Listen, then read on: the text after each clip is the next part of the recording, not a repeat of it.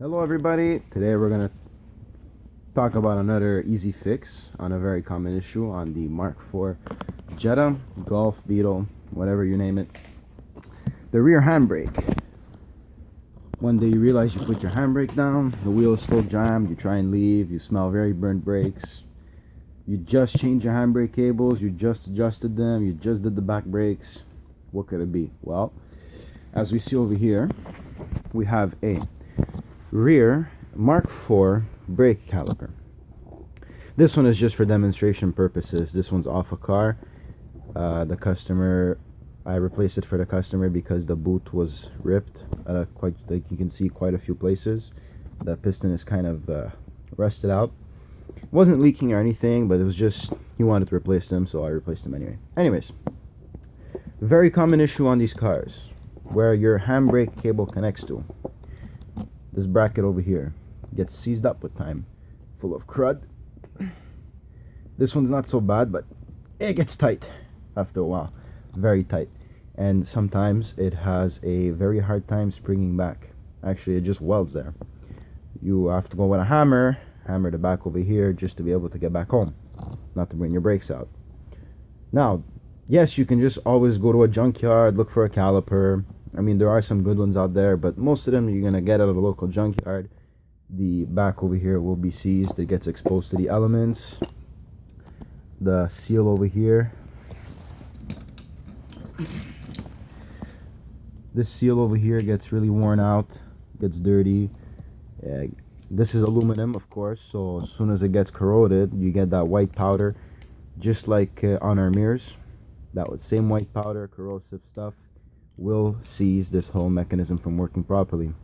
Now, instead of spending over $100 on a new or second-hand caliper, there's a very easy fix, and it will solve the problem for a very long time.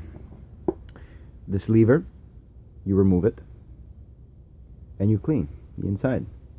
Not that deep, maybe half a centimeter in. And today I will show you how to do that. What you want to start off by doing is removing this 13mm bolt.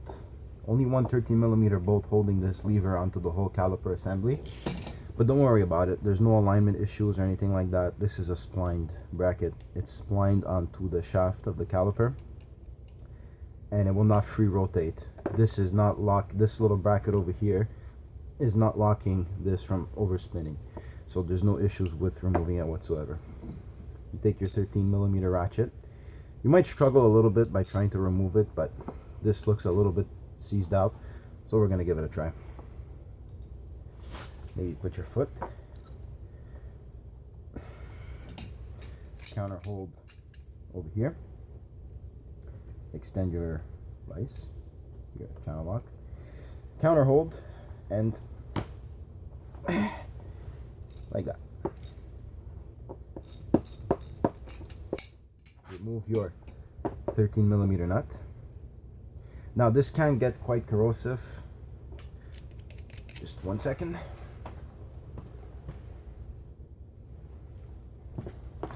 This can get really corroded and get stuck with time. So what I like to do is you take a little bit of WD-40, Jigaloo, liquid wrench, anything you find seems to work for you. I really like Jigaloo. I find it works.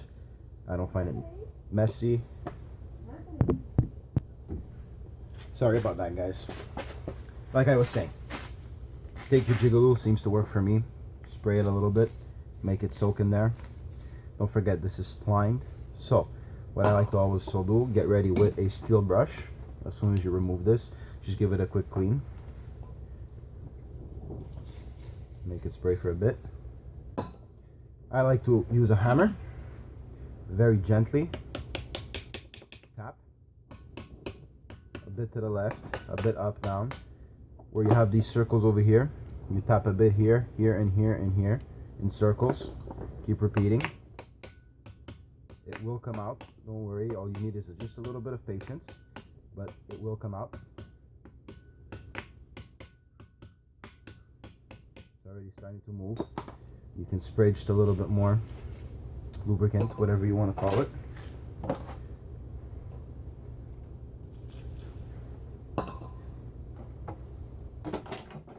just hit with your hammer. Not too hard because this is aluminum. You don't want to crack it. You don't want anything like that to happen. Maybe you can even go by the back, give it a little bit harder. Be able to just break it free, break whatever corrosion is holding it together.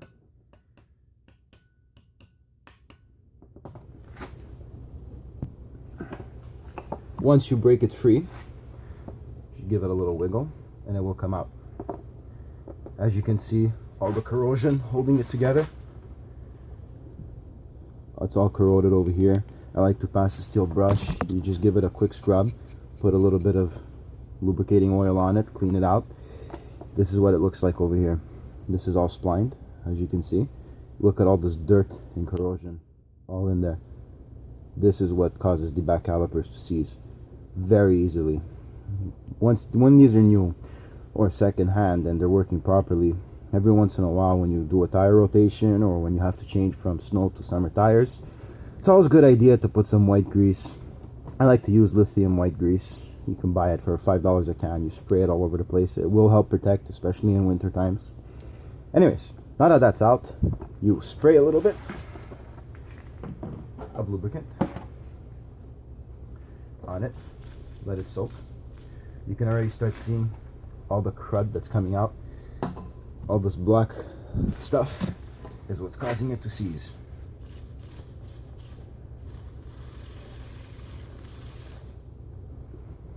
Very, very dirty. Take your brush, give a nice scrub on the splines. Maybe around the brush. You want to be careful not to ruin the rubber. This is not the best brush in the world, but this is what I got my hands on for today. Give it a little scrub. Make sure the splines are nice and clean. Do the same thing for the back plate, the back bracket over here. Spray a little bit of lubricant like that. Take your brush and spray. Just scrub. You don't have to make it perfect. You just want it to be nice and even. Remove the corrosion, remove all the rust. Same thing on this side. If it's really, really chunky, you can use any flat pick or flat screwdriver just to be able to scratch it out. Clean that like that. That should be good. Like I said, this is just for demonstration purposes. This is not going back onto a car. Put this aside for now. The important part is right over here. Inside here, you're gonna see all the dirt and everything. I don't know if you can see it properly on the camera, but it's all rusted out, all dirty, full of junk in here. Very, very, very, very dirty. Incredible, as you can see on my pick.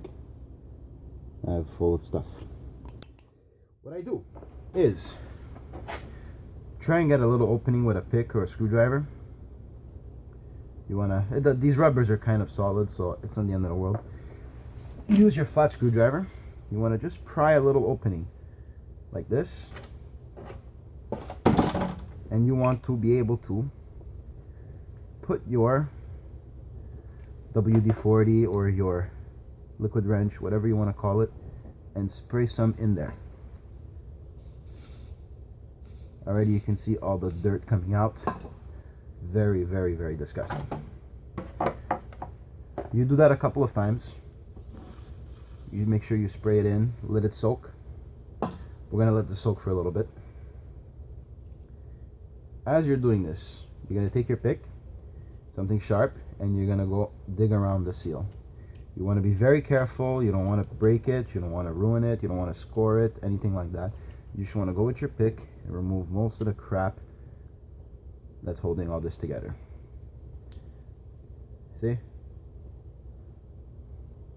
That's what's causing this to seize. I've seen worse, guys. I've seen really all that white powder. I would be digging around with this pick and it'd be like pouring salt on a steak. So, as you can see, it's getting nice and smooth already. Make yourself a little opening like this and spray some WD-40 or some Jiggly. You want to let this soak for a little bit.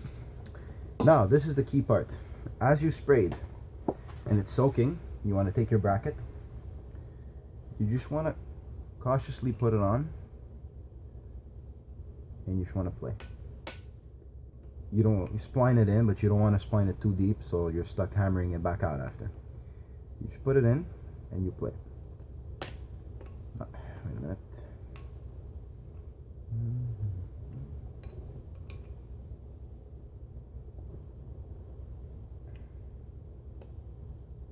Like this.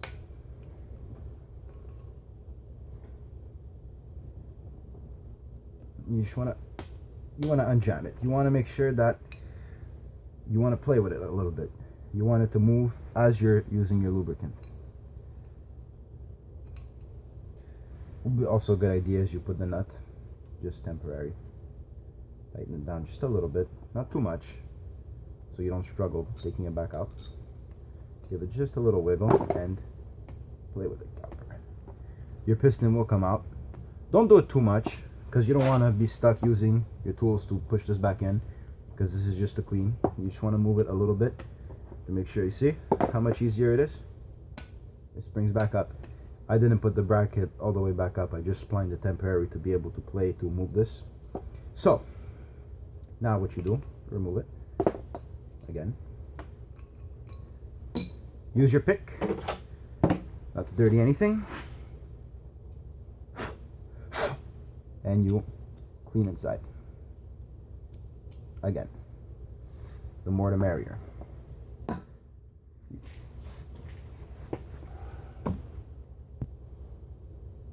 Now, once that's done, you've cleaned everything out as much as possible. You've used your pick, you've used half a can of Jigaloo, not half a can, but you know what I mean. Everything is cleaned. This moves nice. You put this temporary just to move it around. You make sure the caliper is nice. It moves nice. It won't seize. It won't give you any issues. Now, I'm not going to put grease on this one because, like I said, this one's going straight to the garbage. This is just for demonstration purposes. You take your bracket, you put it back, you align it the right way. You got to make sure this only goes one way onto the car. I like to align it with the back plate touching already the lip over here. You take your 13mm bolt, start threading it. This is a tricky part. You want to be careful. You don't want to ruin the splines. Mind you, the bolt will hold it, but you don't want to ruin anything. You take your 13mm. As like I said before, guys, over here, even inside this rubber, you want to put grease. Any type of grease is good. Anti-seize will work, but I find that when it dries up, it becomes like sand, and it actually causes more problems down the road more than anything else. I really like to use wheel bearing grease. That red Motomaster stuff. A lot of people don't like it. I love it. I find, regardless of the heat or temperature, it stays there. It does a really good job at staying greasy, oily. It does not dry up. Or white grease. White grease does the trick. White grease is a little bit easier. It's got a spray. It's got a nozzle like this, so you're able to spray inside the rubber. Then around you put yourself some wheel bearing grease, whatever grease you can get your hands on. Then take your bracket, align it, put it properly, like this, like so. Maybe push a little bit before you put your nut. Take your 13mm. Now, I don't know the exact work specification for this, but you just want to tighten it for it to be good, and you want it to hold nice. Start tightening it super slowly. As you can see, I'm tightening with light fingertip pressure. This is what you want. You want the splines not to ruin.